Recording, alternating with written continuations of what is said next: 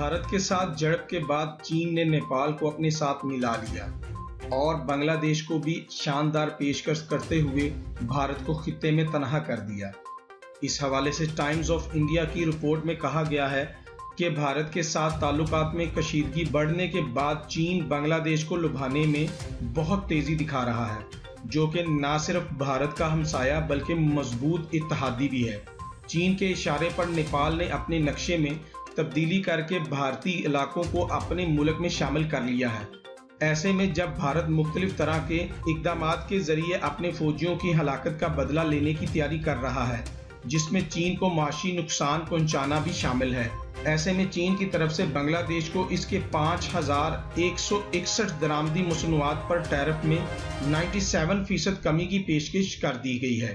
बांग्लादेश ने चीन से टैरिफ में कमी की दरखास्त कर रखी थी, जिसमें बुनियाद इस बात को बनाया गया था कि बांग्लादेश एक तरक्की पजीर मुल्क है, चूँकि इसके लिए टैरिफ कम होना चाहिए।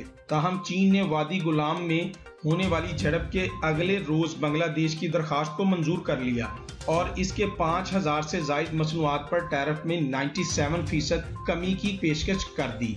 ख्याल रहे कि भारत दुनिया के इन चंद ममालिक में से है जिसके इसके सारे हमसाया ममालिक पाकिस्तान, चीन, नेपाल, बांग्लादेश और म्यांमार समेत दीगर के साथ सरहदी तनाज़ात कई दहाइयों से चल रहे हैं।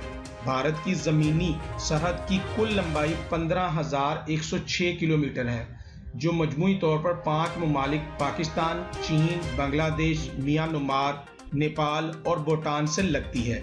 इसके अलावा 7,016 किलोमीटर लंबी समंदरी सरहद भी है।